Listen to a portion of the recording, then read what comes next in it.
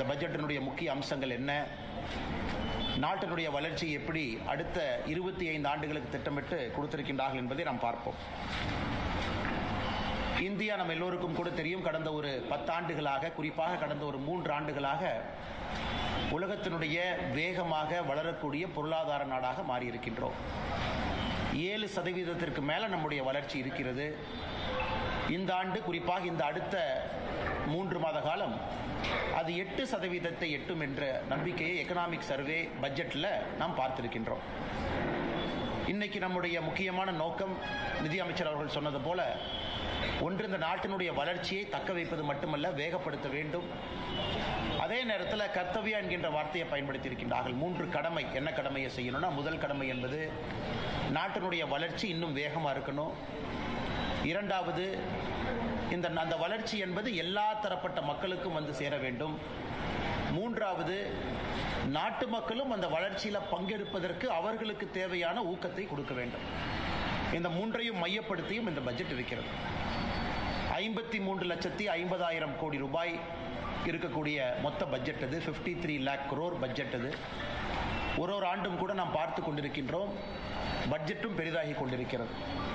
துறை ரீதியாக பார்க்க வேண்டும் என்றால், நம்முடைய பாதுகாப்புத்துறைக்கு 42% அதிகப்படுத்தி இருக்கின்றார்கள்.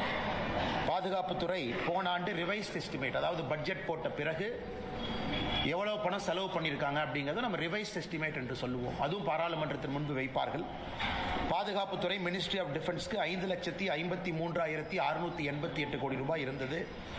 இந்த பட்ஜெட்டில் நம்ம நிதியமைச்சர் அவர்கள் 7,84,000 கோடி ரூபாய் கொடுத்திருக்கிறாங்க. அப்போனா 42% வளர்ச்சி. அதிலும் குறிப்பாக பாதுகாப்புத்துறையினுடைய உள்கட்டமைப்புக்கு 15% வளர்ச்சி. அதையும் அவர்கள் குறிப்பிட்டிருந்தார்கள். காரணம், ஆபரேஷன் சிந்தூர் இப்பதான் நடந்து முடிந்திருக்கிறது. ஒரு பக்கம் சைனா, பாகிஸ்தான், பக்கத்தில் இருக்கக்கூடிய நாடுகள் எல்லாமே தன்னுடைய ராணுவ உற்பத்தியை பெருக்கிக் கொண்டிருக்கின்றார்கள். நிறைய முக்கியமான ராணுவ தளவாடங்களை வாங்கிட்டு இருக்கிறாங்க. அதனால் எப்பொழுதும் இல்லாத அளவுக்கு சரித்திர அளவில் பாதுகாப்புத்துறைக்கு 42% உயர்த்தி இருக்கின்றார்கள். அதே போல ரோட் டிரான்ஸ்போர்ட் அண்ட் ஹைவேஸ் 8% உயர்வு, ரயில்வேஸுக்கு 10% உயர்வு, கல்வி 14% உயர்வு, சுகாதாரத்துறை ஹெல்த் அண்ட் ஃபேமிலி வெல்ஃபேர் 9% உயர்வு, ஹவுசிங் அண்ட் அர்பன் அஃபேர்ஸ் 50% உயர்வு, நியூ அண்ட் ரெனியூபிள் எனர்ஜி 30% உயர்வு, லேபர் அண்ட் எம்ப்ளாய்மெண்ட் 157% உயர்வு, மினிஸ்ட்ரி ஆஃப் பவர் எரிசக்தி 39% உயர்வு, உமன் அண்ட் சைல்டு டெவலப்மெண்ட் 16% உயர்வு. எந்த அடிப்படையில் பார்த்தாலும் கூட உள்கட்டமைப்புக்கு அதிக முக்கியத்துவம் கொடுத்திருக்கக்கூடிய பட்ஜெட்டாக இருக்கிறது. 12,20,000 கோடி ரூபாய் உள்கட்டமைப்புக்கு நம்முடைய நிதியமைச்சர் அவர்கள் ஒதுக்கி இருக்கின்றார். இந்த உள்கட்டமைப்புக்கு ஒதுக்கக்கூடிய நிதி என்பது ரொம்ப முக்கியமானது.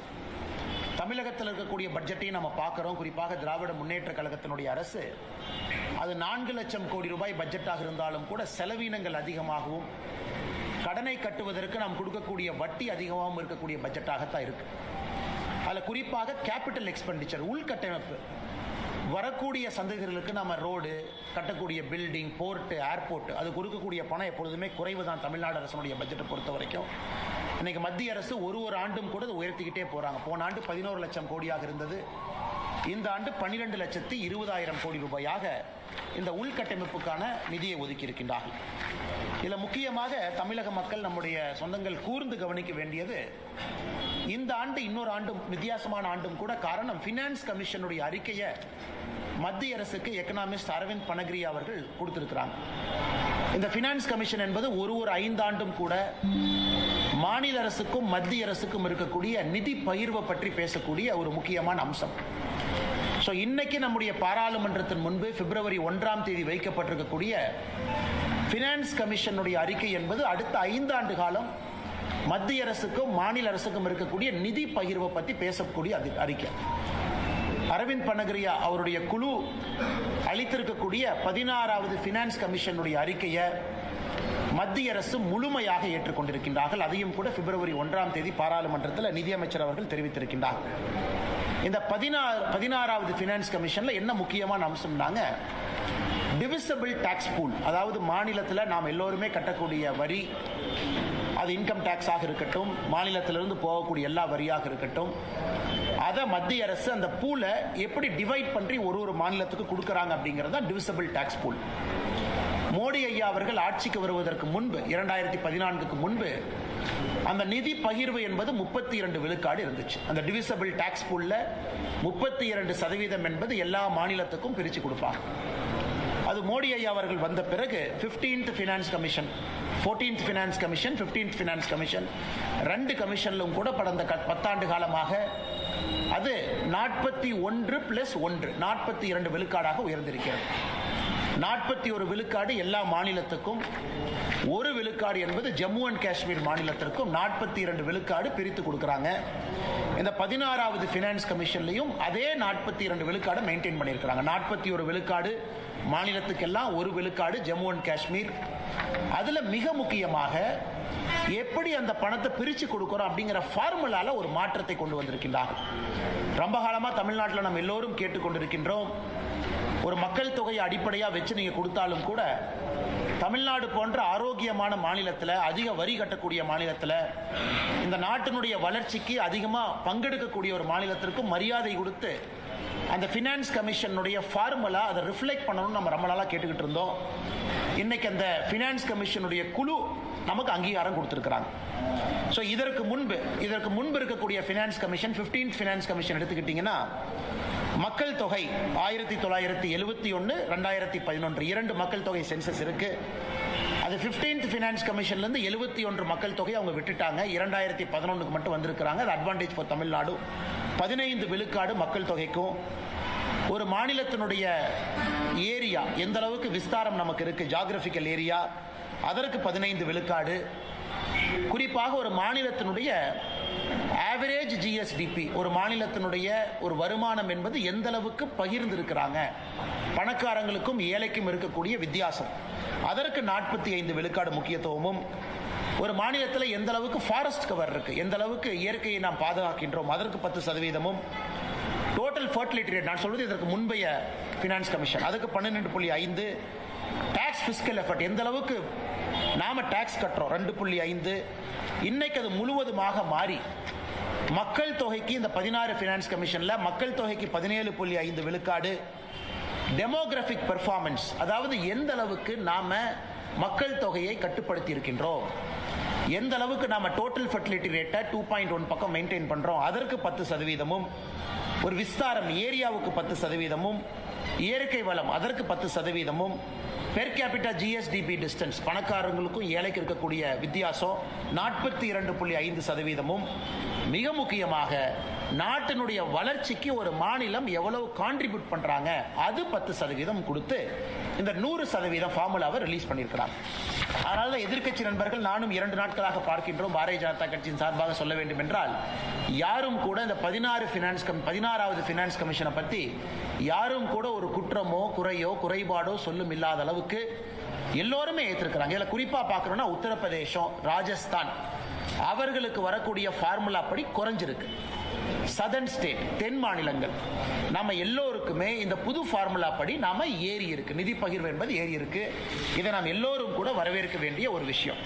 அதனால்தான் நிதி அமைச்சர் அவர்கள் நேற்று பட்ஜெட்ல எல்லா மாநிலக்கும் கொடுக்கக்கூடிய உடனடி நிதி பகிர்வாக, அர்பன் லோக்கல் பாடி, பஞ்சாயத்து, மாநில அரசுக்கு வரக்கூடிய நிதி பகிர்வு 1,24,000 கோடி உடனடியாக இந்த பட்ஜெட்ல அவங்க ரிலீஸ் பண்ணியிருக்கிறாங்க. அதை தாண்டி அன்பு சொந்தங்களே, ஒரு பட்ஜெட் நாம ரிலீஸ் பண்ண பிறகு அதை எதிர்க்கட்சி நண்பர்கள் குற்றம் சாட்டுவது வாடிக்கை தான், அது புதுசு ஒன்றும் கிடையாது. அதே போல வழக்கமாக நம்முடைய முதலமைச்சர் ஐயா ஸ்டாலின் அவர்கள், காங்கிரஸ் கட்சியினர், ஐயா வைகோ அவர்கள் எல்லோருமே குற்றம் சுமத்தி இருக்கிறாங்க. அந்த குற்றத்தில் எந்த அளவுக்கு ஆதாரபூர்வமான உண்மை இருக்கு அப்படிங்கிறது இந்த நேரத்தில் பார்ப்போம். இன்னைக்கு இந்த பட்ஜெட்டை பொறுத்த வரைக்கும் நிர்மலா சீதாராமன் அவர்கள் 7 ஃப்ரான்டியர் ஸ்ட்ராட்டஜிக் செக்டருக்கு முக்கியத்துவம் கொடுத்திருக்கிறாங்க. 7 முக்கியமான விஷயத்துக்கு, முக்கியமான அம்சத்துக்கு அவங்க உடனடியாக அதற்கு ஒரு இம்பெட்டஸ், ஒரு புஷ் கொடுத்திருக்கிறாங்க. அடுத்து வரக்கூடிய 20 ஆண்டுகளுக்கு இது சிறப்பாக இருக்க வேண்டும் என்று. அதன்படி நாம பார்க்கிறோம் அப்படின்னா, தமிழ்நாட்டை பொறுத்தவரை நமக்கு கொடுத்திருக்கக்கூடிய ஸ்ட்ராட்டஜிக் செக்டர்ஸ் என்ன, முக்கியமான செக்டருக்கு நமக்கு அனுகூலம் இருக்கும். முதல் முக்கியத்துவம் எது கொடுத்திருக்காங்கன்னா, பயோ ஃபார்மா கொடுத்திருக்கிறாங்க. இன்னைக்கு நாம வால்யூம்ல இருந்து வேல்யூக்கு போகணும் அப்படிங்கறக்காக நாம் இன்னைக்கு உலகத்தினுடைய ஜெனரிக் மெடிசனுடைய தலைநகரமா இருக்கிறோம். இன்னைக்கு பயோ ஃபார்மா சக்தி அப்படிங்கிற ப்ரோக்ராம்ல 10,000 கோடி ரூபாய் ஒதுக்கி இந்தியாவில் இருக்கக்கூடிய ஹைதராபாத், சென்னை போன்ற எல்லாமே இன்னைக்கு யாருக்கிட்ட எல்லாம் நாம மருந்து துறையில முன்னணியில் இருக்கிறோமோ இதை பயன்படுத்தி பயோ ஃபார்மா சக்தியை பயன்படுத்தி நாம் இன்னைக்கு மேனுஃபேக்சரிங் ஹப்பை உருவாக்குவதற்கான முயற்சி எடுத்திருக்கிறாங்க. செமிகண்டக்டர் மிஷன் 1, இன்னைக்கு செமிகண்டக்டர் மிஷன் 2. இன்னைக்கு நம்முடைய படித்த இளைஞர்களுக்கு வேலை வாய்ப்பை உருவாக்கி கொடுக்கணும்.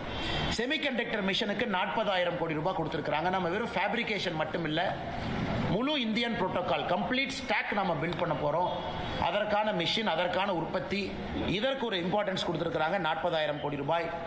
Electronic component manufacturing scheme ECMS, எப்படி PLI ப்ரொடக்ஷன் லிங்க்ட் இன்சென்டிவ்ல தமிழ்நாடு முதல் மாநிலமா இந்தியாவில் இருக்கும். ஆப்பிள் போன்ற பெரிய பெரிய நிறுவனங்கள் தமிழ்நாட்டுக்கு PIL மூலமா வந்திருக்கிறாங்க, PLI மூலமா. இன்னைக்கு இந்த ECMS மூலமா அதற்கும் அடுத்து வரக்கூடிய எலக்ட்ரானிக்ஸ் கம்பெனியும் தமிழ்நாட்டை நோக்கி வர போறாங்க. அதற்கு 40,000 கோடி ரூபாய் ஒதுக்கி இருக்கிறாங்க. ரேர் எர்த் மேக்னெட் இன்னைக்கு சைனா கண்ட்ரோல் பண்றாங்க. நம்ம ஓட்டக்கூடிய கார்ல இருந்து எல்லாத்துக்குமே இன்னைக்கு ரேர் எர்த் மேக்னெட்ஸ் வேணும். மொத்தமா ரேர் எர்த் என்று சொல்றோம்னா அரிதாக கிடைக்கக்கூடிய சில பொருட்கள். அதை light rare earth, heavy rare எர்த்னு சொல்றாங்க. தமிழ்நாடு, ஆந்திரா, ஒரிசா இந்த 3 மாநிலங்கள், கர்நாடகா இந்த 4 மாநிலங்கள் இன்னைக்கு இந்தியாவில் அதிகமாக ரேர் எர்த் மினரல்ஸ் வச்சிருக்கக்கூடிய மாநிலமா வச்சு இருக்கிறோம். நமக்கு செப்பரேட்டா ஒரு காரிடார் அமைச்சு கொடுத்திருக்கிறாங்க. இதுல rare earth corridor, promotion, production எல்லாமே அதிகமாக செய்ய வேண்டும் என்று. கெமிக்கல் கூட நம்ம இம்போர்ட் அதிகமாக பண்றோம்.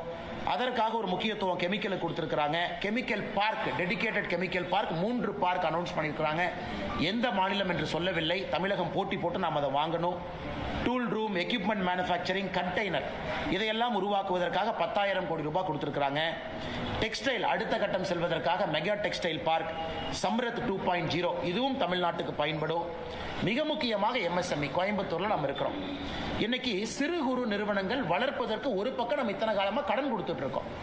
அவங்களுக்கு கடன் வருது, அதை அவங்க வாங்குறாங்க, பயன்படுறாங்க. இன்னைக்கு அவங்களுடைய மூலதனம், கேபிட்டல், ஈக்விட்டி அதற்கு கொடுப்பதற்காக இந்த பட்ஜெட்ல முதலாக அதற்கு ஒரு 10,000 கோடி ரூபாய் ஒதுக்கி இருக்கிறாங்க. இப்ப ஒரு நிறுவனம் ஆரம்பிக்கணும், மூலதனத்திலேயே அரசு பங்கெடுப்பதற்காக ஈக்விட்டி இன்ஃபியூஷன் 10,000 கோடி. அதே போல மைக்ரோ என்டர்பிரைஸ்க்கு மட்டும், மைக்ரோ மீடியம் அப்படின்னு நம்ம சொல்றோம், மைக்ரோ என்டர்பிரைஸ்க்கு மட்டும் 2,000 கோடி ரூபாய் ஒதுக்கி இருக்கிறாங்க. இது முக்கியமா கொடுத்திருக்கக்கூடிய த்ரஸ்ட். இது நாம் எல்லோரும் புரிந்து கொள்ள வேண்டும். இதை தமிழ்நாடு முழுமையாக இதை பயன்படுத்தி அடுத்த கட்ட இளைஞர்களுக்கான வேலை வாய்ப்பை இது மூலமாக மட்டும்தான் உருவாக்க முடியும். Electronic component manufacturing scheme, rare earth scheme, chemical, textile park இதையெல்லாம் நம்ம செய்யணும். குறிப்பா இந்த பகுதியில் இருக்கக்கூடிய விவசாய பெருமக்களுக்கு கோகனட் ப்ரொமோஷன் ஸ்கீம் அறிவிச்சிருக்கிறாங்க. இன்னைக்கு எல்லா தென்னை மரங்களுமே 30-40 ஆண்டுகள் தாண்டி இருக்கிறது. நோய்கள் வர ஆரம்பிச்சிருக்கு.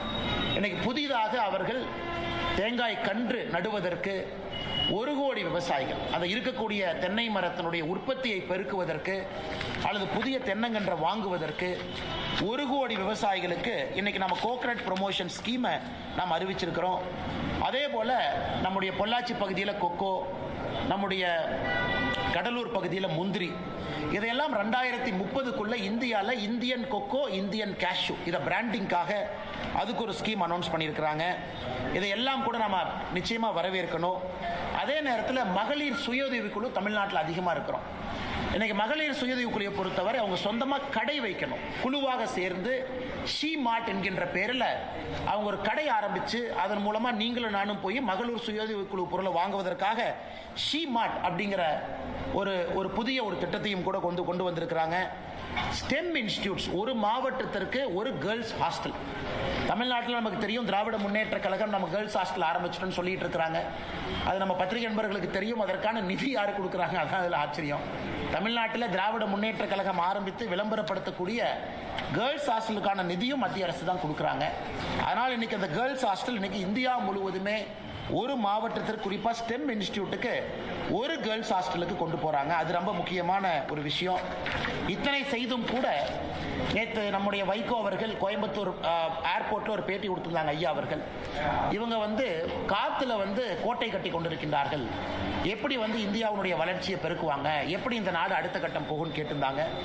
இன்னைக்கு நாம் இவ்வளவு செய்தும் கூட 53 லட்சம் கோடி ரூபாய்க்கு ஒரு பட்ஜெட் போட்டும் கூட நம்முடைய டெப்ட் ஜிடிபி ரேஷியோ, அதாவது நம்முடைய கடனும் நம்முடைய ஜிடிபிக்கும் இருக்கக்கூடிய ரேஷியோ 55 விழுக்காடுல இருக்கு. இது ஒரு ஆரோக்கியமான விழுக்காடு. அதே போல நம்முடைய பிஸ்கல் டெபிசிட், வரவுக்கும் செலவுக்கும் இருக்கக்கூடிய அந்த கேப், பிஸ்கல் டெபிசிட்டும் 4.3% இருக்கு. இவ்வளவு செய்தும் கூட ஒரு ஆரோக்கியமான ஒரு சூழ்நிலையை நாம உருவாக்கி இருக்கிறோம். இது எல்லாம் கூட நம்ம நிச்சயமாக மத்திய அரசு அம்மையார் நிர்மலா சீதாராமன் அவர்கள் இந்த நேரத்தில் அவர் கொடுத்திருக்கக்கூடிய பட்ஜெட்டை நாம் பாராட்டி வரவேற்கின்றோம். காரணம், எல்லா தரப்பட்ட மனிதர்களுக்கும் இது ஒரு ஆரோக்கியமான பட்ஜெட். விவசாய பெருமக்களாக இருக்கட்டும், கோயம்புத்தூர் போன்ற மாநகரம், மதுரை போன்ற மாநகரம், தூத்துக்குடி போன்ற நகரத்தில் இருக்கக்கூடிய சிறு குறு தொழில் நிறுவனங்களாக இருக்கட்டும், அடுத்த கட்டம் செல்வதற்காக இருக்கட்டும், இது வரவேற்க வேண்டிய பட்ஜெட்.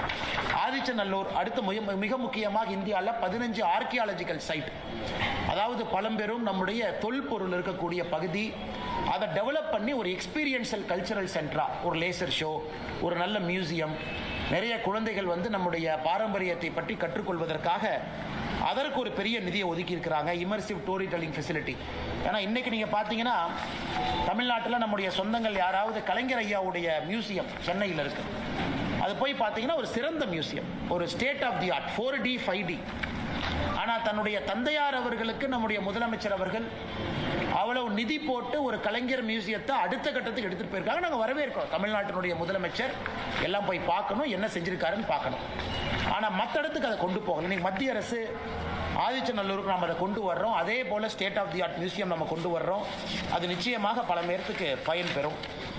அன்பு சொந்தங்களே, இதையெல்லாம் தாண்டி ரயில்வே துறையை பொறுத்தவரை மிக முக்கியமாக 2-3 விஷயங்கள் உங்களுக்கு சொல்லணும்.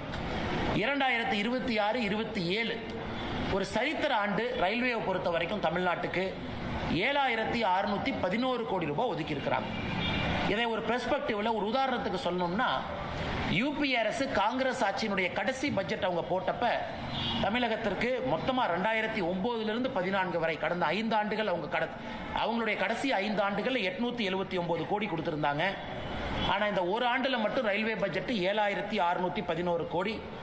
இன்னைக்கு தமிழ்நாட்டில் எவ்வளவு ரயில்வே வேலைகள் நடந்து கொண்டிருக்குன்னு கேட்டீங்கன்னா 35,701 கோடி ரூபாய் பொறுமானமான வேலைகள் நடந்து கொண்டிருக்கிறது.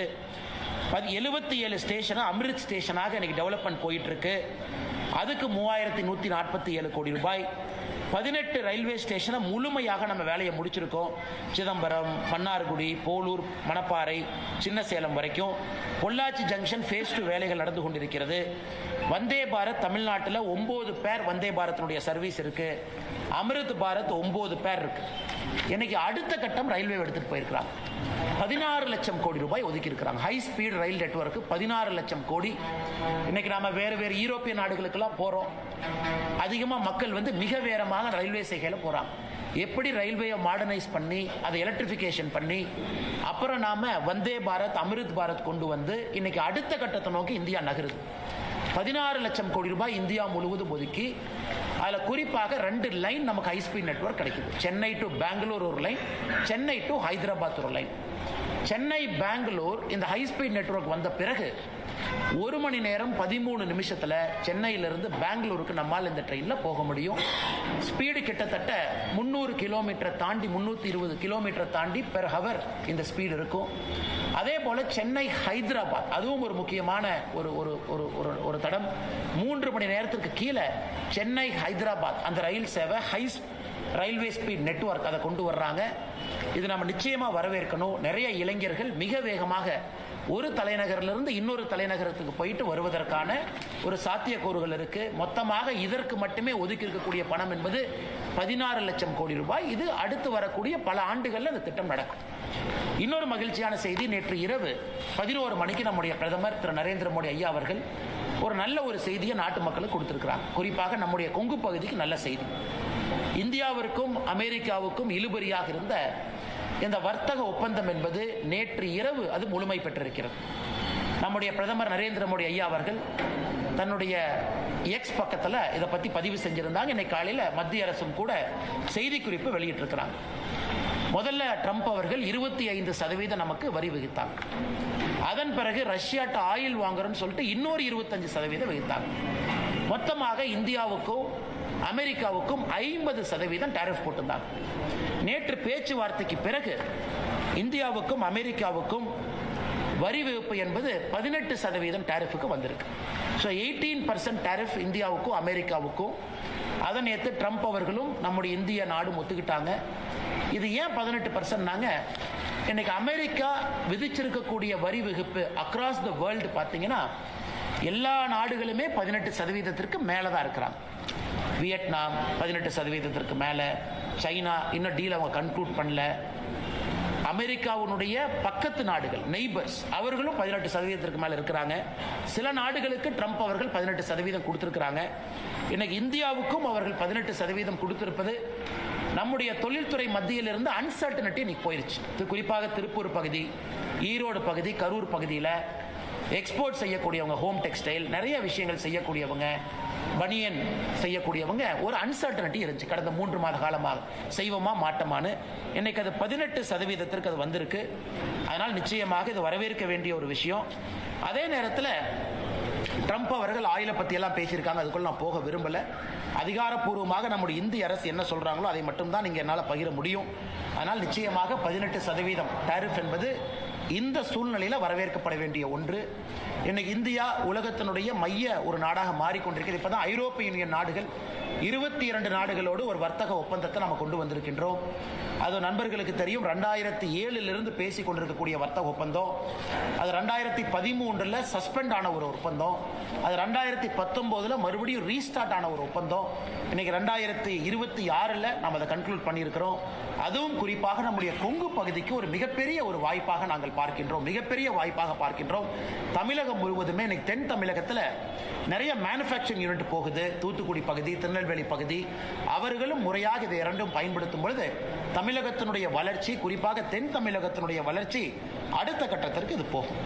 அதனால் இது ஆரம்ப கமெண்ட்ஸ் உங்களுக்கு பட்ஜெட்டை பற்றி, குறிப்பாக அமெரிக்க டேரிஃப் டீலை பற்றி நம்முடைய பத்திரிகை நண்பர்களுக்கு இருக்கக்கூடிய கேள்விகளுக்கு நாங்கள் பதில் சொல்றோம். சார், எம்எஸ்எம்இ சம்பந்தமாக அதாவது பிரைஸ் மானிட்டரிங் கமிட்டி வெளியே ரொம்ப காலமாக கேட்டுருக்காங்க. 7 கோடி பேர் இந்தியாவில் இருக்கிறாங்க. ஆனால் ஒரு 5-6 கம்பெனி, கார்பரேட் கம்பெனிக்கார மட்டும் தீர்மானிக்கிறது ரா மெட்டீரியல் ரேட் தான் இருக்குது.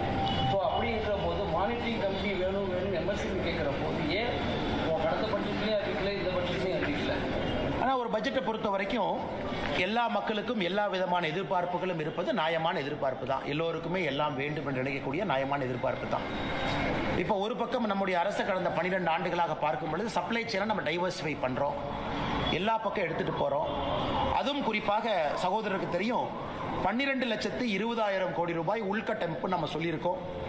அதில் 7 லட்சம் கோடி ரூபாய்க்கு மேலே அது எம்எஸ்எம்இ இருந்து தான் அது வாங்க போகிறாங்க. அதனால் எம்எஸ்எம்இயை பொறுத்தவரை ஹிஸ்டாரிக்கலி அதிக எம்எஸ்எம்இ இருக்கிறாங்க. இன்றைக்கும் 10,000 கோடி ரூபாய் ஈக்விட்டி இன்ஃபியூஷன், மைக்ரோ என்டர்பிரைஸ்க்கு 2,000 கோடி ரூபாய் ஏற்கனவே சொன்னது தான். அதனால் இன்னைக்கு பிரைஸ் மானிட்டரிங் கமிட்டி, அதுக்கு ஒரு பக்கம் competition commission of India CCI இருக்கு, அவங்க கொலூட் ஆகிறாங்களா அப்படின்னு பார்க்குறாங்க.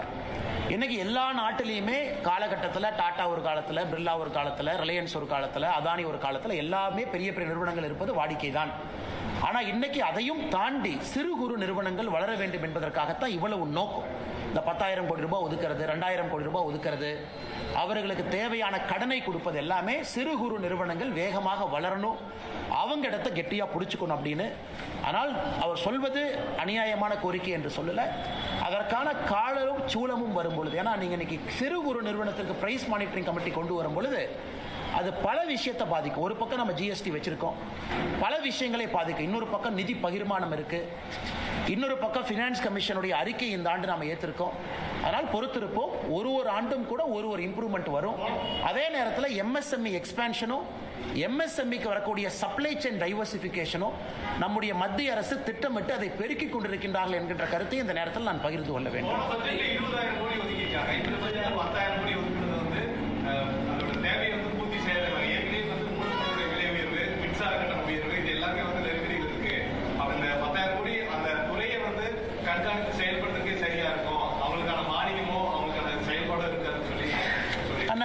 நம்ம எம்எஸ்எம்இக்கு கொடுக்கக்கூடிய கடன் என்பது எந்த விதத்திலும் கூட அது குறையல, அது வழக்கம் போல அது வந்துகிட்டே தான் இருக்கு. இந்த ஆண்டு நாம் கொடுத்திருப்பது 10,000 கோடி ரூபாய் ஈக்விட்டி இன்ஃபியூஷன். அதாவது நான் ஒரு கம்பெனி ஆரம்பிக்கிறேன், 100% என்னுடைய காசை போட்டு நான் ஆரம்பிக்கிறேன், அல்லது என்னால் பணம் போட முடியலன்னா நான் 40% டெப்டா வாங்குறேன், பேங்க்ல போய் கடன் வாங்குறேன். இந்த பட்ஜெட்ல முதலாக நாம் சொல்லியிருப்பது 10,000 கோடி ரூபாயும் நீங்க போடக்கூடிய மூலதனத்துல மத்திய அரசு பங்கேற்கும் என்று சொல்லியிருக்கின்றோம். இது முதல் முறையாக ஈக்விட்டி இன்ஃபியூஷன், அதாவது கடன் கிடையாது, அவர்கள் போடக்கூடிய மூலதனத்துல அவர்களோடு மத்திய அரசு ஈக்விட்டி போடுது. இது அமெரிக்கால ட்ரம்ப் வந்த பிறகு கவர்மெண்டே ஒரு ஸ்டேக் எடுக்கிறாங்க. ஆனால் நிச்சயமாக இது முதல் முறை. மற்றபடி எம்எஸ்எம்இக்கு நம்ம கொடுக்கக்கூடிய சலுகைகள், எம்எஸ்எம்இக்கு கொடுக்கக்கூடிய புஷ், இந்த 12 லட்சம் கோடியில கூட 7 லட்சம் கோடி ரூபாய்க்கு மேல உள்கட்டமைப்பு எம்எஸ்எம்இ இருந்தா நம்ம அந்த வாங்க போறோம். அது எப்பொழுதுமே எம்எஸ்எம்இயின் பக்கம் அரசு இருக்கு, அது எந்த மாற்று கருத்தும் இல்லை. அதே நேரத்தில் எலக்ட்ரிக் பில் போயிருச்சு. ஒரு பக்கம் மத்திய பிரதேசில் எம்எஸ்எம்இ இருக்கும் பொழுது ஒரு யூனிட் ₹1 கொடுக்குறாங்க. ஆனா தமிழகத்தில் திராவிட முன்னேற்ற கழகத்தினுடைய ஆட்சியில் ஒரு யூனிட் எவ்வளோன்னு உங்களுக்கும் தெரியும், ₹5, ₹6, ₹7 போயிட்டே இருக்கு. ஆனா மாநில அரசும் குற்றம் சுமத்துவதை விட நாங்க என்ன செஞ்சிருக்கிறோம் அப்படின்னு மாநில அரசு யோசிக்கணும். நம்ம ஊர்ல எம்எஸ்எம்இ தலைநகராக தமிழ்நாடு இருந்துகிட்டு இருக்கணும்னா மாநில அரசு என்ன முக்கியத்துவம் கொடுத்திருக்கோம். ஆனால் நிச்சயமாக எம்எஸ்எம்இயை பொறுத்தவரை அடுத்த கட்டம் எடுத்து செல்வதற்கான பட்ஜெட்டாக மட்டும்தான் இந்த பட்ஜெட் அமைஞ்சிருக்கு. குறிப்பாக எம்எஸ்எம்இ நண்பர்களுக்கு இன்னொன்னு நம்ம சொல்லிக்கொள்ள விரும்புகிறோம். இந்தியா ஐரோப்பிய யூனியன் டீல் அது எம்எஸ்எம்இ பெனிஃபிட் ஆகும். India America deal MSME benefit ஆகும். நாம் வந்த பிறகு மத்திய நாடுகளோடு, குறிப்பாக மிடில் ஈஸ்ட் கண்ட்ரீஸோடு நம்ம டீல் போட்டிருக்கோம். கொரியா, ஜப்பானோடு நம்ம எக்கனாமிக் கோஆபரேஷன் அக்ரிமெண்ட் கொண்டு வந்திருக்கோம். கனடாவோடு கொண்டு வந்திருக்கிறோம். இது எல்லாமே இங்க இருக்கக்கூடிய எம்எஸ்எம்இ அடுத்த கட்டம் செல்லும் பொழுது மட்டும்தான் உங்களுக்கு பயன் கிடைக்கும். அதற்கான முயற்சியும் நம்முடைய அரசு எடுத்துக்கொண்டிருக்கிறது.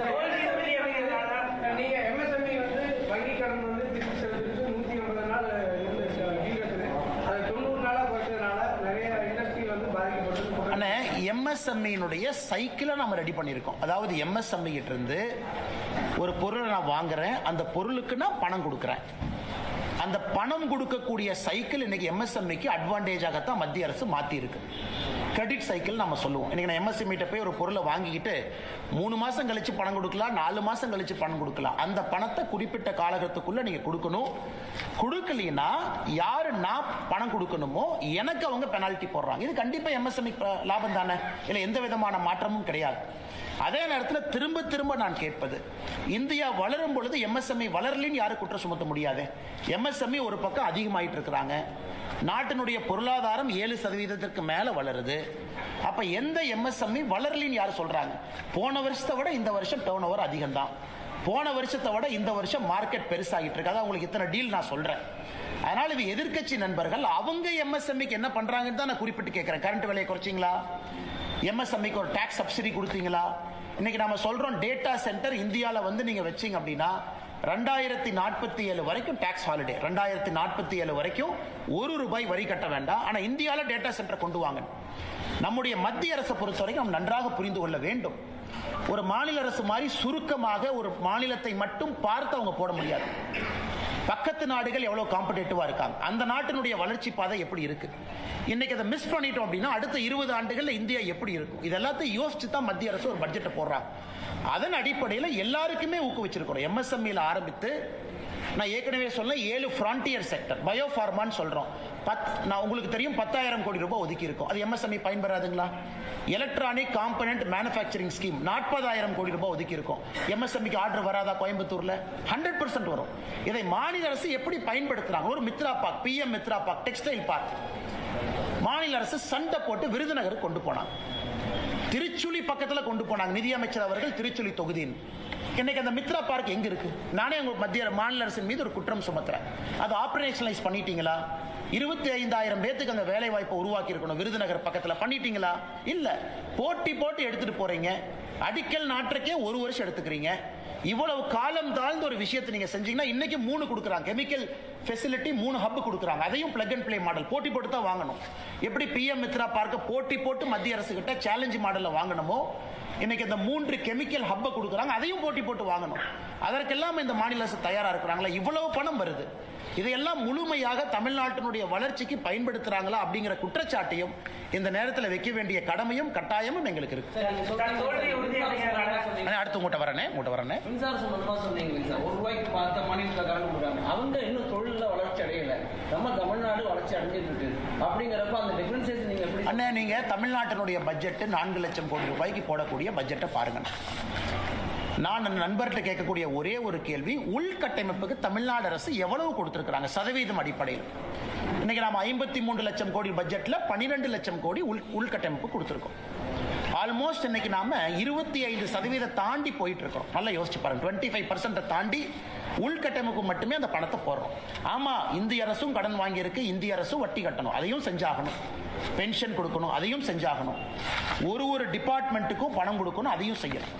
இன்னைக்கு தமிழ்நாடு அரசை பொறுத்தவரை இன்னைக்கு தமிழ்நாடு அரசு போடக்கூடிய பட்ஜெட் உள்கட்டமைப்பு கிடையாது. கடன் வாங்கி 10 லட்சம் கோடி வாங்கியாச்சு. ஒரு ஆண்டும் கட்ட வேண்டிய தொகை அதிகம், கட்ட வேண்டிய வட்டி அதிகம். ஏன்னா தமிழ்நாடு பட்ஜெட்டை பத்தி நான் பேசல, இதை தமிழ்நாடு பட்ஜெட் போட்ட பிறகு நம்ம பிரஸ் மீட்ல தெளிவா பேசுவாங்கன்னா. அப்ப எந்த விதமான கரண்ட் சப்சிடி கொடுக்கலாமே, ஏன் கொடுக்க மாட்டாங்க? அவ்வளவு சப்சிடி கொடுக்கக்கூடிய தமிழ்நாடு அரசு தொழில்துறை வளரும், அதன் மூலமா 4 பேருக்கு வேலை கிடைக்கும், கொடுக்கலாமே, ஏன் கொடுக்க மாட்டாங்க? மத்திய அரசு, மத்திய பிரதேஷ், உத்தரப்பிரதேச பத்தி நம்ம பேசுறோம். அவங்க 1 ரூபாய் கொடுக்குறாங்க, கரெக்ட். இங்கிருந்து எத்தனை பேர் போறாங்க? எத்தனை பேர் இங்கிருந்து புதுசா எக்ஸ்பான்ஷன் அங்க போறாங்க? எத்தனை பேர் தமிழ்நாட்டில இருந்து குஜராத்துக்கு போய் செமிகண்டக்டர் யூனிட் போட்டிருக்காங்க? அதையெல்லாம் ஏன் இங்க பண்ணல? அதே போல இவர்கள் நடத்துவது வெறும் காட்சி பொருள் மட்டும்தான். 4 பேர் உட்கார்ந்துக்கிறாங்க, வந்தாங்கிறாங்க. 3 நாள் கழிச்சு அதே கம்பெனி இன்னைக்கு ஆந்திராக்கு போகுது, விசாகப்பட்டினம். உலகத்தினுடைய டேட்டா சென்டரா மாறிட்டு இருக்கு. ஏன் அது சென்னை மாறி இருக்கக்கூடாது? கூகுள் ஏன் விசாகப்பட்டினம் போச்சு, ஏன் அது சென்னையில் இருக்கக்கூடாது? அதனால் பட்ஜெட் என்பது எல்லா மாநிலத்திற்கும் பொதுவாக ஒரு ஆப்பர்ச்சுனிட்டி கொடுத்திருக்கிறாங்க. அதுவும் இன்னைக்கு பினான்ஸ் கமிஷனை பத்தி முதலமைச்சர் ஒரு பாராட்டுனாவது கொடுத்திருக்கணும்ல. 16வது பினான்ஸ் கமிஷன் இன்னைக்கு இவ்வளவு விஷயங்கள் நாங்க கேட்டோம். நானும் கேட்டேன், நீங்களும் கேட்டீங்க, போன வருஷம் முதலமைச்சரும் கேட்டார். அதாவது நல்லா பெர்ஃபார்ம் பண்ணக்கூடிய மாநிலத்துக்கு மரியாதை கொடுங்க, கொடுத்திருக்கிறாங்க. உத்தரப்பிரதேசனுடைய நிதி பகிர்வு குறைச்சிருக்கிறாங்க, ராஜஸ்தானுடைய நிதி பகிர்வு குறைச்சிருக்கிறாங்க. அதை பாராட்டி ஒரு அறிக்கை வந்துச்சா? இல்ல. மத்திய அரசு எல்லாருக்கும் பொதுப்படையா இருக்கிறாங்க. அடுத்த 5 ஆண்டு காலம் நிதி பகிர்வு 2026 இருந்து 31 வரைக்கும் பாருங்க, சதர்ன் ஸ்டேட்ஸுக்கு இம்ப்ரூவ் பண்ணிருக்காங்க. 10% 10% கான்ட்ரிபியூஷன் டு ஜிடிபி கொடுத்திருக்காங்க. எதுவுமே இல்லை, வெறும் குற்றம் மட்டுமே. காலையிலிருந்து இரவு வரை குற்றம் மட்டுமே சுமத்திக்கிட்டு இருந்தா எப்படி? அந்த பக்கம் ஆந்திர பிரதேசம் பாருங்க, எப்படி அவர் சந்திரபாபு நாயுடு எப்படி அருமையா பேசி அவர் மாநிலத்துக்கான வேலையை வாங்கிக்கிறாங்க. அதனால்தான் எங்களுக்கு நம்பிக்கை இருக்கிறது, 2026 ஏப்ரலுக்கு பிறகு வரக்கூடிய தேசிய ஜனநாயக கூட்டணி நம்முடைய அரசு அடுத்த 5 ஆண்டு காலம் மத்திய அரசினுடைய பலனை முழுமையாக பயன்படுத்தி தமிழ்நாடு அடுத்த கட்டம் வளர்ச்சி பாதையில் எடுத்து செல்வார்கள் என்கின்ற முழு நம்பிக்கை நமக்கு இருக்கு. எப்படியும் தோல்வி உறுதி அப்படிங்கிற பட்ஜெட்ல வந்து தமிழ்நாடு கொடுக்கணும் சொல்லி சிஎம் அண்ணா, இன்னைக்கு முதலமைச்சர் அவர்கள் ஒரு விஷயத்தை புரிஞ்சுக்கணும். நான் இவ்வளவு சொன்னதெல்லாம் தமிழ்நாட்டுக்கு இல்லையாங்கண்ணா? இவ்வளவு சொன்ன தமிழ்நாட்டுக்கு இல்லையா? 16 லட்சம் கோடி ட்ரெயின் நெட்வொர்க் இந்தியா முழுவதும் 2 லைன். எந்த மாநிலத்துக்கு 2 லைன் கொடுத்துருக்காங்க பாருங்கண்ணா. 2 லைன் கொடுத்துருக்கோம், முக்கியமா 2 லைன். இவ்வளவு பணங்கள் நான் சொல்லிக்கிட்டே வர்றேன். ஃப்ரான்டியர் செக்டர் இவ்வளவு பணம் கொடுத்துருக்கோம். இவ்வளவு கொடுத்த பிறகும் கூட தமிழ்நாட்டை வஞ்சிக்கிறாங்கன்னு முதலமைச்சர் சொன்னாங்கன்னா ஒரு அரசியல் மட்டும்தானே செய்யறாங்க. ஆனால் இன்னைக்கு முதலமைச்சர் அவர்கள் கடைசி ஒரு 60 நாட்கள் அவங்க ஆட்சியில் இருக்கிறாங்க. என்ன வேணாலும் சொல்லட்டும், மக்கள் பார்க்கிறாங்க. மக்கள் இந்திய நாட்டினுடைய வளர்ச்சியும் அதுல தமிழகம் அந்த அளவுக்கு வளர்ந்திருக்கா அப்படின்னு அவங்க பார்க்கறாங்க. இன்னைக்கு ஒரு பக்கம் டிஆர்பி ராஜா அவர்கள் சொல்றாங்க, எங்களுடைய போட்டி மற்ற மாநிலங்களுக்கு கிடையாது, ஐரோப்பிய நாடுகளோடு போட்டி போடுறோங்கிறார். தமிழ்நாடு மாநிலம் நாங்கள் ஐரோப்பிய நாடு தான் எங்கள் போட்டி. வரவேற்க வேண்டிய விஷயம், அந்த அம்பிஷன் இருக்கட்டும். ஆனா ஐரோப்பிய நாடுகளோட போட்டி போடுறவங்க ஸ்டாட்டிஸ்டிக்ஸ் கொடுங்க. எந்த ஐரோப்பிய நாடுக்கு பக்கத்துல, அதாவது வளர்ந்த ஐரோப்பிய நாடுக்கு பக்கத்துல வந்திருக்கிறீங்க? எந்த அளவுக்கு அடுத்த கட்ட வேலை வாய்ப்பை உருவாக்கி இருக்கிறீங்க? எதுவுமே இல்லை. இன்னைக்கு சும்மா பேச்சுக்காக அவர்கள் பேசிக் கொண்டிருக்கின்றார்கள். மக்கள் 2 பக்கத்தையும் பார்க்கறாங்க, நம்ம பட்ஜெட்டையும் பார்க்கறாங்க. எனக்கு இன்கம் டாக்ஸ் இதற்கு முன்பு மிகப்பெரிய சலுகை நாம கொடுத்திருக்கோம். 12 லட்சம் ரூபாய் வரைக்கும் யாருக்கு வருமானம் இருக்கோ அவர்களுக்கு நாம 0 டாக்ஸ் பண்ணியிருக்கோம். அதனாலதான் இந்த பட்ஜெட்ல இன்கம் டாக்ஸ் நம்ம கை வைக்கல. ஏன்னா ஒரு பட்ஜெட்லும் இன்கம் டாக்ஸ் ஸ்லாப் மாறும், அதே ஒரு பேசும் பொருள். ஒரு அரை மணி நேரம் இன்கம் டாக்ஸ் பத்தி பேசுவோம். இந்த வருஷம் இன்கம் டாக்ஸ் ஏன் பேசும் பொருள் இல்லை என்றால், மத்திய அரசு இதற்கு முன்பு இன்கம் டாக்ஸ் ஸ்லாபை ரீஜெக்ட் பண்ணியிருக்கிறாங்க. புதிய இன்கம் டாக்ஸ் ஆக்ட், இன்னும் எளிமையான ஆக்ட் 1 ஏப்ரல் 2026 இருந்து நடைமுறைக்கு வருது. இது எல்லாம் கூட ஆரோக்கியமான விஷயம். அதை நான் பேசல, ஏன்னாங்கன்னா இந்த பட்ஜெட்ல அது இல்லை, இதற்கு முன்பே நாம் அதை செஞ்சிட்டோம். ஆனா முதலமைச்சர் அவர்கள் எதை பத்தியும் பேசாம தமிழ்நாட்டிற்கு வரி பகிர்வு அதிகம் அதுவும் பேசல. வெறும் ஒரே ஒரு ஸ்டேட்மெண்ட்டை கொடுக்குறாங்க, சென்னை சென்னை சென்னை, தமிழ்நாடு தமிழ்நாடுன்னு பேர் எங்கேயுமே இல்லை அந்த பட்ஜெட்ல, அதனால வஞ்சிச்சிருக்காங்க. அப்படிங்கறத எப்படி ஏற்றுக்கொள்ள முடியும்? 5 மாநில எலெக்ஷனுக்கு போறாங்க. வெஸ்ட் பெங்கால் போறாங்க. வெஸ்ட் பெங்கால்ங்கிற வார்த்தை எவ்வளவு பயன்படுத்தி இருக்கிறோம்னா, ஒரு டிரான்ஸ்போர்ட் காரிடார் ஒன்று இருக்கு, ஒரு ஹை ஸ்பீட் நெட்வொர்க் சிலிகுரியிலிருந்து வாரணாசி இருக்கு. இப்ப அசாம் போகுது. எத்தனை முறை அசாம பயன்படுத்தி இருக்கிறோம்? இதுக்கு பாண்டிச்சேரி போது பயன்படுத்தி இருக்கிறோமா, கேரளா போது பயன்படுத்தி இருக்கிறோமா, எல்லா மாநிலத்திற்கும் நல்ல ஒரு பட்ஜெட்டை கொடுத்திருக்கிறோம். தமிழ்நாடு முழுமையாக இதை பயன்படுத்திக் கொள்ள வேண்டும் என்கின்ற வேண்டுகோளை மாநில அரசுக்கு வைக்கின்றோம்.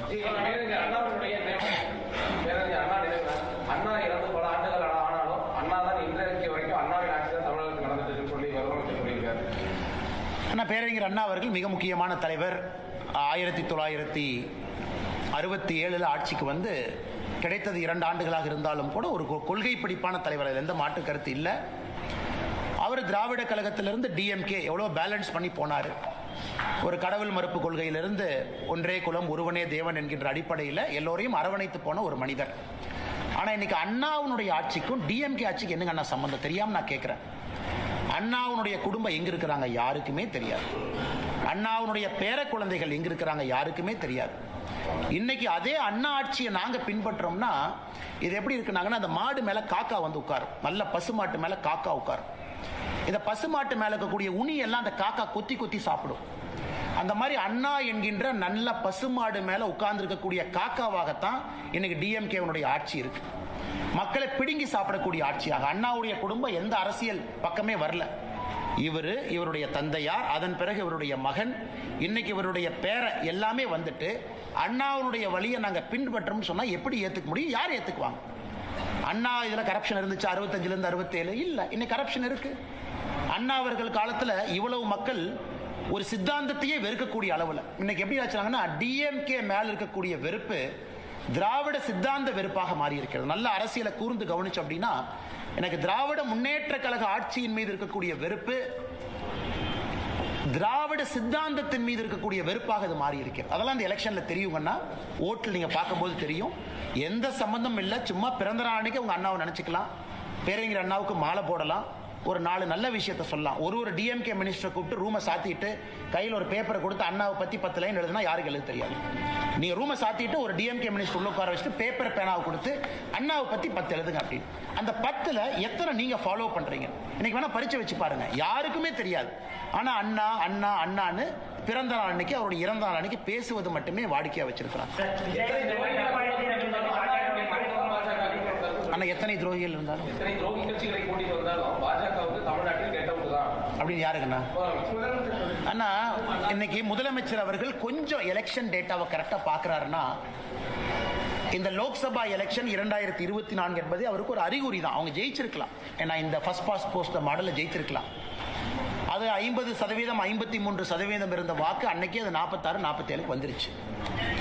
இன்னைக்கு ஒரு இணக்கம் இல்லாத ஒரு கூட்டணி, முதலமைச்சர் அப்படியே டெல்லிக்கு யாரோ தூதுவர் அனுப்புறாரு, அவங்களுக்குள்ள என்ன டீல் எனக்கு தெரியல. ராகுல் காந்தி அவங்களுக்கும் ஸ்டாலின் அவங்களுக்கும் ஏதோ அஸ்ஸாம்ல தேர்தல் நடக்குதுங்கிறாங்க, காங்கிரஸ் ஃபண்ட் இல்லைங்கிறாங்க, அதை பத்தி நான் போக விரும்பலைங்கன்னா, ஒரு ஆட்சி டிஎம்கே இருக்கு, யாருக்கு ஃபண்டு கொடுக்குறாங்க அதெல்லாம் அதை பத்தி நான் பேச விரும்பலைங்கன்னா ஏதோ ஒரு டீலை போட்டுக்கிட்டாங்க. அதனால அது உடஞ்சு போன கண்ணாடியை ஒரு பசை வச்சு ஒட்டிக்கிட்டாங்க. அந்த பசை வச்சு ஒட்டின கண்ணாடி தூக்கிட்டு சுத்திட்டு இருக்கிறாங்க. அந்த கண்ணாடியில முகம் பார்த்தா எப்படிங்கன்னா இருக்கும். அதனால கனிமொழி அவர்கள் சிறப்பா இருக்கு. ஒரு காங்கிரஸ் மாநில தலைவர் எப்படின்னா, ஒரு கட்சியிலிருந்து ஒருத்தரை சஸ்பெண்ட் பண்ண முடியாத அளவுக்கு ஒரு காங்கிரஸ் தமிழகத்தினுடைய மாநில தலைவர் சுத்திட்டு இருக்காரு. ஏங்க உங்க கட்சிக்கு எதிராக ஒருத்தர் பண்ணாரு, உங்க கட்சிக்கு எதிராக திரு விஜய் அவர்களை போய் சந்திச்சு ஆக்ஷன் எடுத்தீங்களா? டெல்லிக்கு எழுதிட்டேன். இதுதான் தமிழ்நாட்டுக்கு வேண்டாம். ஒரு சஸ்பெண்ட் பண்றது கூட டெல்லிக்கு போகணுமா? ஒரு சஸ்பெண்ட் பண்றது கூட அது மல்லிகார்ஜுன கார்கே அவங்க பார்க்கணுமா? அப்படி இருக்கக்கூடிய காங்கிரஸ் கட்சியை தான் நாங்க அடிமை கட்சின்னு சொல்றோம். எதுக்கு அடிமை கட்சினா, ஒரு கட்சியில் இருக்கக்கூடிய ஒரு தொண்டனை கூட சஸ்பெண்ட் பண்ண முடியல, அதுக்கும் டெல்லிக்கு போகணும்னா என்ன கூட்டணி வச்சிருக்காங்க? எப்படி அந்த கூட்டணி விளங்கும்? எப்படி அந்த கூட்டணி ஜெயிக்கும்? எப்படி அந்த கூட்டணிக்கு மக்கள் ஓட்டு போட போறாங்க? ஆனால் நிச்சயமாக அவங்க என்ன வேணாலும் சொல்லட்டும், கெட் அவுட்னு சொல்லட்டும், கெட்டுன்னு சொல்லட்டும், இந்த முறை தேசிய ஜனநாயக கூட்டணி கெட்டுன்னு தான், அதுல எந்த மாற்று கருத்தும் இல்லை.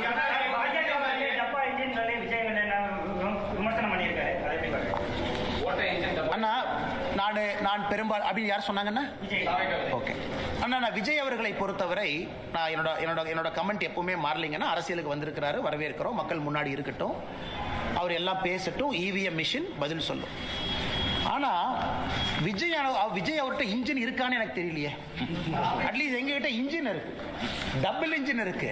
விஜய் அவங்க இன்ஜினையே நம்ம பார்க்கலையே. அது இன்ஜின் இருக்கா, இல்ல கார்பரேட்டர் இருக்கா, அந்த இன்ஜினை ஸ்டார்ட் பண்ற ஆள் இருக்கா, அந்த இன்ஜின் ஒரு சேசியில மாட்டுவாங்களான்னு வண்டி இல்லை, சேசி இல்லை, இன்ஜின் இல்லை, அதுக்குள்ளே போடுற பெட்ரோல் இல்லை, டீசல் இல்லை. ஆனால் இன்னைக்கு விஜய் அவர்கள் தமிழ்நாட்டில் ஒரு அரசியல் கட்சி இன்ஜினை பற்றி பேசக்கூடாதுன்னா அது திரு விஜய் அவர்கள் இன்ஜினை பற்றி பேசக்கூடாது. ஒருவேளை 234 தொகுதியில் கேண்டிடேட் போடுறார், ஒத்துக்கிற இன்ஜின் இருக்கு. 234 கேண்டிடேட்டும் மக்கள் ஏத்துக்கிறாங்க, அதுக்கு போடுற பெட்ரோல் இருக்கு. விஜய் வெளியே வந்து வீதி வீதியாக தெரு தெருவாக பிரச்சாரம் பண்றார், சேசி இருக்கு. மக்கள் ஓட்டு போட்டு ஒரு நல்ல சதவீதம் வர்றார், அந்த வண்டி ஓடுது. இன்ஜினே இல்ல, சேசி இல்ல, பெட்ரோல் இல்ல, டீசல் இல்ல. அவங்கெல்லாம் இன்னைக்கு பாரதிய ஜனதா கட்சியை பார்த்து டப்பா இன்ஜின், இந்த இன்ஜின்ங்கிறாங்க. அடுத்து திரு ஸ்டாலின் அவர்கள் சொன்னது எனக்கு டிஎம்கே எப்படின்னாங்கன்னா, ஐயா அந்த எல்லாம் ஓடி போயிட்டாங்கன்னா அந்த ஸ்கூல் ஹாஸ்டல்ல, காலேஜ் ஹாஸ்டல்ல பாத்ரூம்ல போய் சில பேர் கிறுக்குவாங்க. இந்த கறிக்கட்டை எடுத்துட்டு போய் பாத்ரூம்ல கிறுக்குவாங்க. நம்மள இந்த பப்ளிக் பாத்ரூம் போனா கறிக்கட்டையில கிறுக்குவாங்க. இன்னைக்கு அந்த மாதிரி கிறுக்கக்கூடிய கட்சியாக திமுக மாறி இருக்கு. போஸ்டர் ஒட்டுறானுங்க, ஏமா ஒட்டுறானே தெரியாது. இந்த பாத்ரூம்ல கிறுக்கிறவன் அசிங்கமா இந்த காலையில் 2 மணிக்கு போய் இந்த பொது கழிப்பிடத்துல முகத்தை மூடிட்டு போய் கறிக்கட்டையில் எழுதிட்டு வருவான். இன்னைக்கு திமுக காரர் டப்பா இன்ஜின் ஒட்டுறானா காலையில முகத்தை மூடிட்டு போய் ஒட்டிட்டு வர்றான். ஏன்னா உனக்கே தெரியும் நீ ஒட்டுறதே ஒரு நான்சென்ஸ்னு. தமிழ்நாடு மக்கள் அதை ஏத்துக்க மாட்டாங்கன்னு தெரியும். அதனால இவங்க சும்மா போய் போஸ்ட் ஒட்டுட்டோம். நேத்து பார்த்தேன் சென்னையில் வந்து இந்த பட்ஜெட்ல தமிழ்நாட்டுக்கு அல்வா கொடுத்துட்டாங்கன்னு.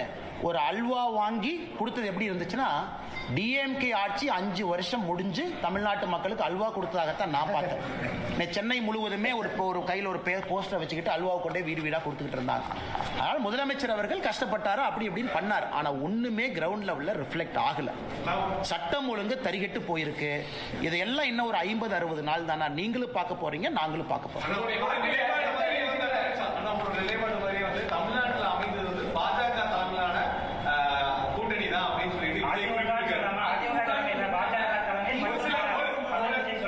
மாதத்துக்கு முன்பு நீங்க அந்த பேரே சொல்லாம சொல்லிட்டு தேசிய தலைமையிலான கூட்டணி தான். அதே வந்து விஜய் வந்து சொல்லியிருக்காரு அப்படிங்கிற போது அந்த அமைப்பு தான் இருக்கா தமிழ்நாட்டில். அண்ணா ஒரு விஷயத்தை புரிஞ்சுக்கணுங்கண்ணே, நாங்கள் எல்லாமே ஒரு கட்சியினுடைய தொண்டர்கள். விருப்பு வெறுப்பு இருந்தாலும் கூட எங்களுடைய தலைவர்கள் முடிவு செய்த பிறகு நாங்கள்லாம் களத்தில் பாடுபடுறோம்.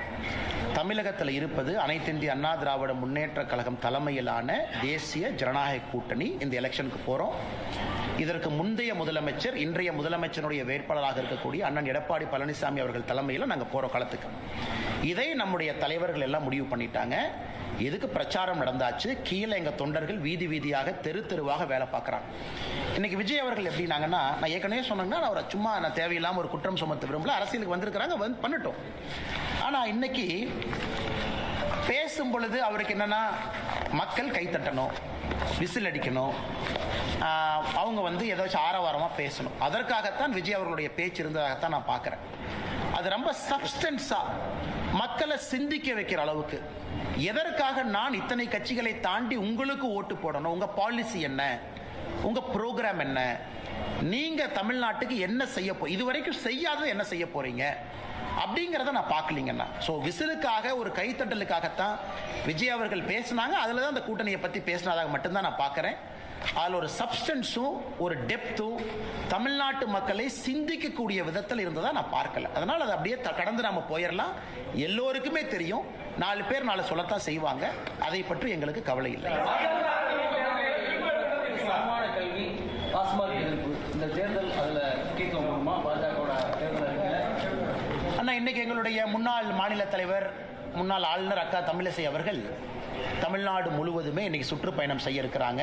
அந்த குழுவோடு மக்களுடைய எண்ணங்களை பிரதிபலிக்கக்கூடிய வகையில் வண்டிகள் இன்னைக்கு எல்லா மாவட்டத்துக்கு போயிருக்கு. அதில் மக்கள் இன்னைக்கு அந்த பெட்டியில் போட போறாங்க என்ன வேணும். நாங்கள் உறுதியாக இருக்கின்றோம், ஒரு ஆரோக்கியமான தமிழ்நாட்டை எடுத்துட்டு போகணும். அதே நேரத்தில் இன்னைக்கு அனைத்து இந்திய அண்ணா திராவிட முன்னேற்ற கழகம் அவங்க ஒரு தேர்தல் அறிக்கையை கொண்டு வர போறாங்க. பாரதிய ஜனதா கட்சியினுடைய தேர்தல் அறிக்கை.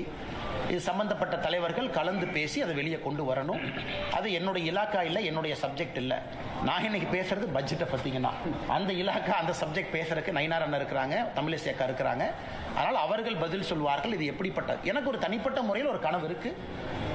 கட்சியின் அடிப்படையில் ஒரு தனிப்பட்ட மனிதனுடைய கனவெல்லாம் கட்சியினுடைய அறிக்கையில் வருவதற்கான சாத்தியக்கூறுகள் இருக்காது. அது இருப்பதற்கான வாய்ப்பும் இல்லை நடைமுறை அரசியல்ல. அதனால் 2026 தேர்தல் அறிக்கையை பொறுத்தவரை ஒரு கட்சி அலையன்ஸை லீட் பண்றாங்க. மற்ற கட்சிகள் தேர்தல் அறிக்கையை தயாரிக்கும் பொழுது பிரச்சனை இல்லாத அளவுக்கு அந்த அறிக்கை இருக்கணும். அதெல்லாம் பக்குவப்பட்ட தலைவர்கள் இருக்கிறாங்க. அதை அவர்கள் முறையாக கொண்டு வருவாங்க.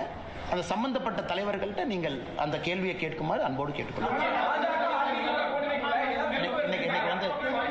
கேள்வி கேட்கலாம். ஒரு வாய்ப்பு ராகுல் காந்தி பெரிய ஸ்டேட்மெண்ட் சினிமா பேசினாரு. நரேந்திர மோடி ஒரு பிஎம், அவர் எஸ்கேப் ஆயிட்டாரு. அமித்ஷா எஸ்கேப் ஆயிட்டாரா? சைனா பத்தி எழுதாத புஸ்தகம் பத்தி ஒரு ஸ்டேட்மெண்ட் கொடுத்தாரா? ஆனால் நேற்று நம்முடைய மாண்புமிகு எதிர்க்கட்சி தலைவர் ஐயா ராகுல் காந்தி அவர்கள் பாராளுமன்றத்தில் ஒரு சர்ச்சைக்குரிய பேசியிருக்கிறாங்க. என்ன பேசியிருக்காங்கன்னா, நம்முடைய இதற்கு முன்பு ஆர்மியினுடைய சீஃபாக இருந்த ஜெனரல் நாரான்வே அவர்கள் ஒரு புத்தகத்தில் எழுதியிருந்தாங்க. 2020 சைனாவுடைய இன்ஃபென்ட்ரி பிரிகேட் அவங்க மூவ் பண்ணி லடாக் நோக்கி வரும் பொழுது நான் இவங்களுக்கு ஃபோன் பண்ணேன், அவங்களுக்கு ஃபோன் பண்ணேன். ஸோ ராகுல் காந்தி அவர்கள் பாராளுமன்றத்தில் ஒரு எதிர்க்கட்சி தலைவராக பேசும் பொழுது ஜெனரல் நரான்வே அதை பற்றி சொல்லியிருக்கணும், ஒரு புத்தகம் இருந்திருக்கணும்.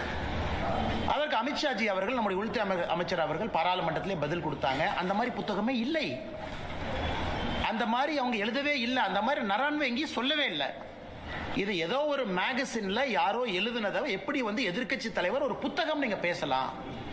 அதே ஒரு குற்றம் பாராளுமன்றத்தில். Because misguiding the parliament of India, misguiding the people of our country. ஆனால் ராகுல் காந்தி அவர்கள் பாராளுமன்றத்தில் நேற்று பேசியது பச்சை பொய், அது எல்லாருக்குமே தெரியும்.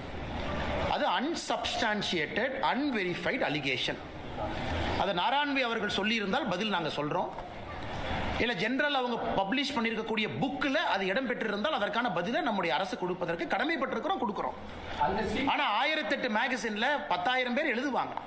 ஒரு மேகசின்ல வர்ற ஒரு கருத்தையும் நம்ம பதில் சொல்லிட்டு இருந்தா பாராளுமன்றத்தில் இது மட்டும்தான் நம்ம செய்யணும். ஆனால் மாண்புமிகு எதிர்க்கட்சி தலைவர் அவர்கள் நேற்றே பாராளுமன்றத்தில் நம்முடைய கட்சியை சார்ந்த மூத்த தலைவர்கள் அதற்கு பதிலடி கொடுத்தாங்க. நாட்டு மக்கள் முன்பு உண்மையும் வச்சிருக்கோம். இன்னைக்கு இவ்வளவு பேர் நாம் இருக்கோம். ராகுல் காந்தி அவர்கள் சொன்னது உண்மையா இருந்தா இன்னார் அந்த புக்கை நீங்க போட்டிருப்பீங்க, இன்னார் அந்த மேஜரை போய் நீங்க இன்டர்வியூ பண்ணிருப்பீங்க, இன்னார் அந்த மேஜர் ஜெனரல், இன்னார நீங்க இவ்வளவு விஷயம் சொல்லியிருப்பீங்க. எதுவுமே இல்லை, ஒரு பச்சை பொய்ய பாராளுமன்றத்தில் சொல்றாங்க.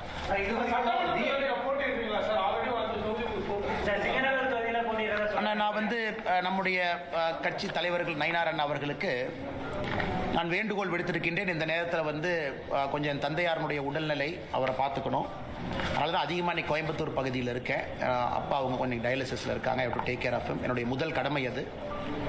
அதனால் இன்னைக்கு அந்த அடிப்படை வேலைகள் என்னால் செய்வதற்கான சாத்தியக்கூறுகள் இல்லை. என்னால் அதிகமாக டிராவல் பண்ண முடியாதுங்கிற வேண்டுகோளை வச்சிருக்கிறேன். கட்சியும் அதை ஏற்றுக்கிட்டு வேறு பொறுப்பாளர்களை ரீஅலோகேட் பண்ணுவாங்க. அதே நேரத்தில் பாரதிய ஜனதா கட்சி அடுத்து பிரச்சாரம் வேற என்ன சொல்றாங்களோ அதற்கு நான் தயாராக இருக்கின்றேன், என்ன செய்யணும் அப்படின்னு. அது நயினார் நாகேந்திரன் அவர்கள் நம்ம கட்சியினுடைய மூத்த தலைவர்களுக்கும் எனக்கும் இருக்கக்கூடிய ஒரு கருத்து, உள்ளுக்குள்ள நாங்கள் பேசிக்கிறோம். அதனால கட்சிக்கு என்ன வேலை செய்யணும், கூட்டணிக்கு என்ன வேலை செய்யணும், நிற்கக்கூடிய பாரதிய ஜனதா கட்சியினுடைய வேட்பாளர்களுக்கு என்ன வேலை செய்யணும், நம்முடைய கூட்டணி கட்சி அனைத்து இந்திய அண்ணா திராவிட முன்னேற்ற கழகம் உட்பட எல்லா கட்சிகளுக்கும் என்ன வேலை செய்யணும் கட்சி சொல்லுதோ அந்த வேலையை செய்வோம். இப்போதைக்கு அதிகமாக டிராவல் பண்ண முடியாத சூழ்நிலை எனக்கு இருக்கு. அதனால் அதையும் கட்சி புரிஞ்சுக்கிட்டாங்க.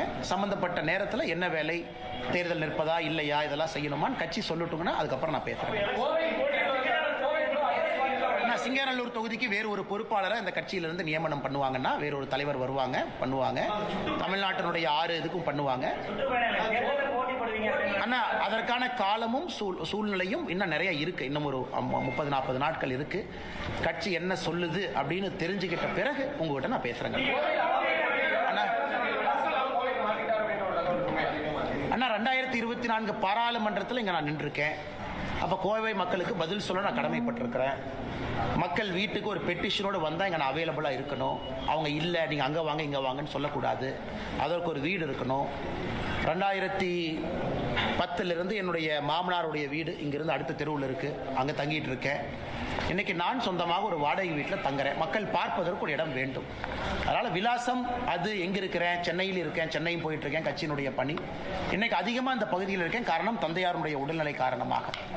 அதனால் தேர்தலில் அடுத்து என்ன பண்ணுவீங்க, எங்கே நிற்பீங்க, இதை பண்ணுவீங்களா, அதை பண்ணுவீங்களா, டெல்லி போவீங்களா, இதை பண்ணுவீங்களா, எதுவுமே எனக்கு தெரியாது. கட்சி என்ன சொல்லுதோ அந்த நேரத்தில் உங்கள்கிட்ட நான் பேசுகிறேன்.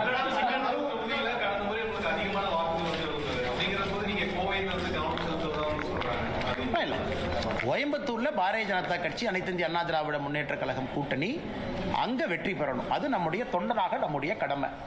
இங்க நமக்கு ஒரு சிட்டிங் எம்எல்ஏ இருக்கிறாங்க. கோயம்புத்தூர் தெற்கு தொகுதியில் வானதி ஸ்ரீனிவாசன் அவங்க இருக்கிறாங்க.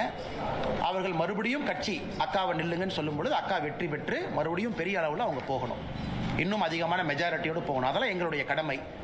அதே நேரத்தில் பாராளுமன்ற தேர்தல், இதற்கு முன்பு வேறு வேறு காலகட்டத்தில் பாரதிய ஜனதா கட்சியினுடைய வளர்ச்சி, இதெல்லாமே அனைத்து இந்திய அண்ணா திராவிட முன்னேற்ற கழகத்தினுடைய சட்டமன்ற உறுப்பினர்கள் நிறைய இருக்கிறாங்க.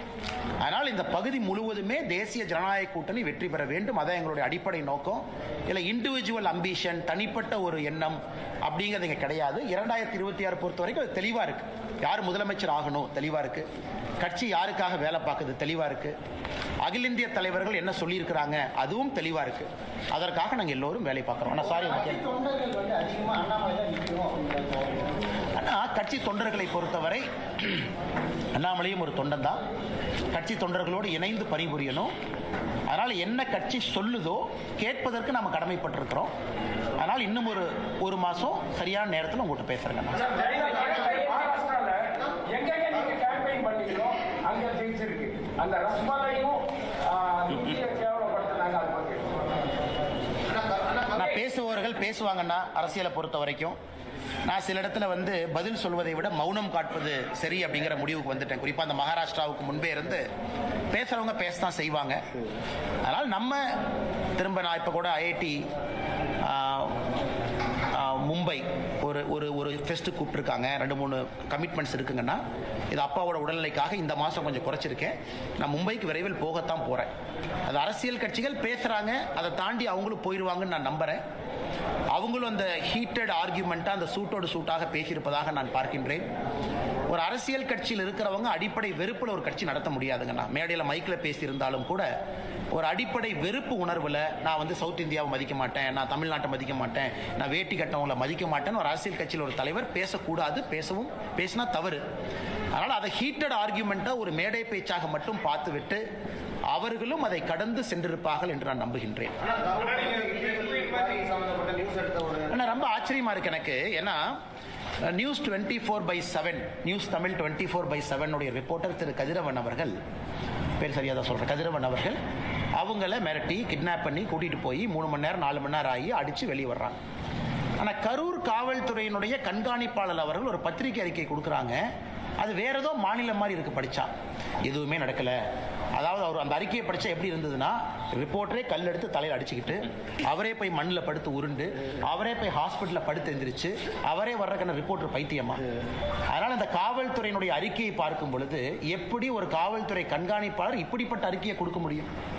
அன்னைக்கு சம்பவம் நடந்ததிலிருந்து தமிழ்நாட்டினுடைய எல்லா மீடியாவும் கண்கொத்தி பாம்பா அந்த ஏரியாவில் இருக்கிறீங்க. ரியல் டைம் கவர் பண்றீங்க. பல ஆடியோவை ரிலீஸ் பண்றீங்க. குவாரிக்கு போறீங்க. ஹாஸ்பிட்டல்ல இருக்கீங்க. இவ்வளவு நடந்தும் கூட ஒரு காவல்துறை கண்காணிப்பாளர் எதுவுமே நடக்காத அளவுக்கு எதுவுமே நடக்கல, பச்சை பொய்னு. பச்சை பொய்யா இருந்தா எங்க மேல கேஸ் போடுங்க ஐயா. நாங்களாம் பேசணும்ல, ஆதரவா பேசணும்ல, எங்க மேல கேஸ் போடுங்க. கோர்ட்டுக்கு எல்லாம் டாக்குமெண்ட் கொண்டு வாங்க பார்க்கலாம். அதனால் இன்னைக்கும் திராவிட முன்னேற்ற கழகத்தை பொறுத்தவரை ஒரு எம்எல்ஏவை காப்பாற்றணும். அந்த எம்எல்ஏ தொடர்ந்து சர்ச்சையில், ஒரு சர்ச்சையிலிருந்து ஒரு சர்ச்சை, அதுல இருந்து அடுத்தது. கல்குவாரி யாரு பேர்ல இருக்கு, அதை யார் டாமினேட் பண்றாங்க எல்லாத்துக்குமே தெரியும். தமிழ்நாடு முழுவதும் இல்லீகல் மைனிங்கை பத்தி தெரியும். அதனால் எல்லாத்தையுமே இன்னைக்கு ஒரு முழு பூசணிக்காயை மறைச்சு வச்சுக்கிட்டு காவல்துறை அறிக்கையின் மீது அறிக்கை கொடுப்பது வேடிக்கையா இருக்கு. ஆனா எல்லா நண்பர்களுக்கும் நன்றிங்கண்ணா. அப்படின்னா செய்தித்துறை அமைச்சர் அந்த துறையில் இருப்பதற்கே லாயக்கில்லை நாம சொல்லணும். ஆனா நீங்க அமைச்சரா இருக்கிறதே தெரியலன்னா கிளம்புங்கன்னு சொல்லணும். ஒரு செய்தித்துறை அமைச்சர் இவ்வளவு மீடியால வருது, அவங்ககிட்ட ஒரு மானிட்டரிங் கமிட்டி இருக்கும். எல்லா செய்தித்துறை அமைச்சர் ஆஃபீஸில் உங்கள் டிவி எல்லாம் பார்க்குறக்கு ஒரு ஆள் இருப்பாங்க. அண்ணா ஃப்ளாஷ் நியூஸ் போடுறாங்க, அமைச்சர்கிட்ட சொல்லுவாங்க. அவர் சம்பந்தப்பட்ட இலாக்காக்கு ஃபோன் பண்ணி அண்ணா என்ன உண்மைன்னு கேட்டுக்க வேண்டிய பொறுப்பு இருக்கு. இவ்வளவு நடந்தும் கூட ஒரு செய்தித்துறை அமைச்சர் என்ன நடக்குதுன்னே தெரியலனா அந்த செய்தித்துறை அமைச்சர் அந்த பொறுப்புக்கு இருக்கக்கூடிய தகுதியான நபரான்னு நான் கேட்குறேன். அது உங்க கடமை. ஊடகத்துறையை மானிட்டர் பண்றது உங்க கடமை. ஊடகத்துறைக்கு ஹெல்ப் பண்றது உங்க கடமை. ஒரு ஃபிளாஷ் நியூஸ் வந்தா ரியாக்ட் பண்ண வேண்டியது உங்க கடமை. மாநில அரசுக்கு பேசி அறிக்கை கொடுக்க வேண்டியது உங்க கடமை. இதையெல்லாம் நாங்க திமுகவின் மீது குற்றம் சுமத்தினா உடனே அறிக்கை வரும். நைட் 2 மணிக்கு அறிக்கை வரும். ஆனா ஒரு நியூஸ் ரிப்போர்ட்டர் தூக்கிட்டு போய் அடிச்சிருக்காங்கன்னு இவ்வளவு தூரம் பேசினதுக்கு அப்புறம் கூட எனக்கு தெரியலன்னு சொன்னாங்கன்னா எப்படி ஏத்துக்க முடியும்? அதனால் ஸ்ரீரங்கத்தினுடைய தொகுதி மக்கள் அதை பார்த்துக்கிட்டு தான் இருக்கிறாங்க. அந்த பகுதியினுடைய மக்கள் அதை பார்த்துக்கிட்டு தான் இருக்கிறாங்க. கரூர் மக்களும் இதை பார்த்து கொண்டுதான் இருக்கின்றார்கள்.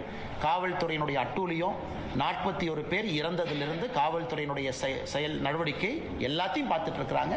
2026 தேர்தல் அதற்கு பதில் சொல்லுங்க. ஆனா இன்னைக்கு ஒரு மாவட்ட ஆட்சியர் ஒரு கோர்ட் முன்னாடி வந்து அங்க இருக்கக்கூடிய police commissioner, deputy commissioner, assistant commissioner மொத்த குழுவா வந்து ஒரு கோர்ட்ல மன்னிப்பு கேட்கறாங்கன்னா இது ஒரு சாதாரண நிகழ்வாக யாரும் கடந்து விடக்கூடாது. ஏன்னா ஒரு ஸ்டேட், ஒரு மிஷனரி, முதலமைச்சர் கோட்டையில் இருக்கிறார். ஆனா அந்த மாவட்டத்திற்கான கவர்மெண்ட் யாருன்னா இவங்க தான். இவங்க வேண்டுமென்றே தவறு செய்திருந்தால் இவர்களை தவறு செய்ய சொன்னது யார்?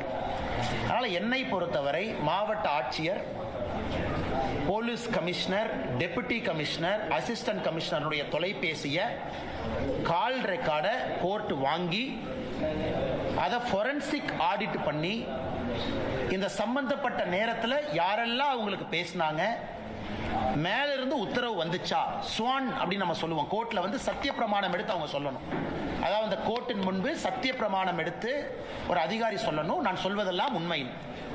அந்த மாதிரி இன்னைக்கு திருப்பரங்குன்றம் விவகாரத்தில் ஆட்சியர், police commissioner, deputy commissioner, assistant commissioner 4 பேரும் ஸ்வான் சத்திய பிரமாணம் செய்து உண்மையை சொல்லணும். யார் போன் பண்ணா, யார் 144 போட சொன்னா, 144 போட்டதே ஃப்ராடுன்னு திருப்பரங்குன்றத்தினுடைய இஷ்யூல மதுரை ஹைகோர்ட் டிவிஷன் பெஞ்ச் சொல்லிட்டாங்க. ரெக்கார்டை பார்த்தோம், அதே ஃப்ராடு.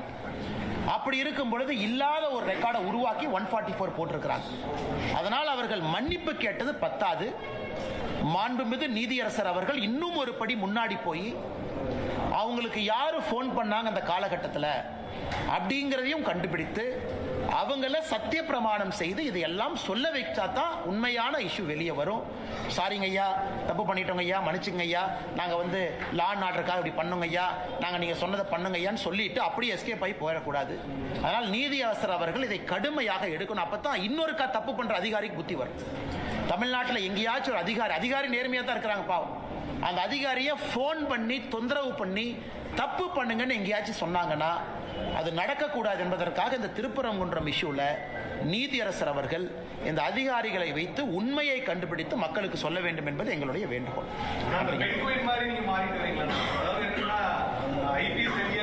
அரசியல் கட்சியில வந்து அதிகபட்சமே வந்து மக்கள் முன்னாடி போட்டிட்டு வெற்றி பெற்று மக்களுக்கு சேவை செய்யறதா. நான் வந்து கட்சி என்ன சொல்லுதோ நான் செய்யறேன். அதே சமயம் வந்து அரசியல்ங்கிறது நீங்க முன்னாடியே பல இடத்துல சொல்லியிருக்கீங்க, நான் ஐபிஎஸ்ஸாவே இருந்திருக்கலாம் அப்படிங்கிற மாதிரி. அப்படிலாம் எங்கேயும் சொல்லிங்கன்னா நான் கேட்டதுக்காக நான் சொல்றேன். இப்போ ஏன் எல்லாம் பெண்குயின் பேசுறீங்க அப்படின்னா, அந்த ஒரு பெண்குயின் அது தனியாக அதனுடைய பாதையை தேர்ந்தெடுத்து அந்த பெண்குயின் தனியாக போனனால இன்னைக்கு எல்லாருமே திடீர்னு அந்த ஒத்த பெண்குயினை பார்க்குறாங்க. ஆனால் அது வந்து 2017 வந்து அந்த டாக்குமெண்ட்ரி 8 வருஷமா அந்த பெண்குயின் எல்லாம் மறந்துட்டாங்க. இன்னைக்கு எல்லாரும் அந்த பெண்குயின், அந்த ஒத்த பெண்குயின் எங்கேயான்னு எல்லாம் கேட்குறாங்க. ஆனால் சில நேரத்தில் அந்த ஒத்த பெண்குயினாக இருப்பதும் தவறில்லை என்று தான் நினைக்கிறேன்.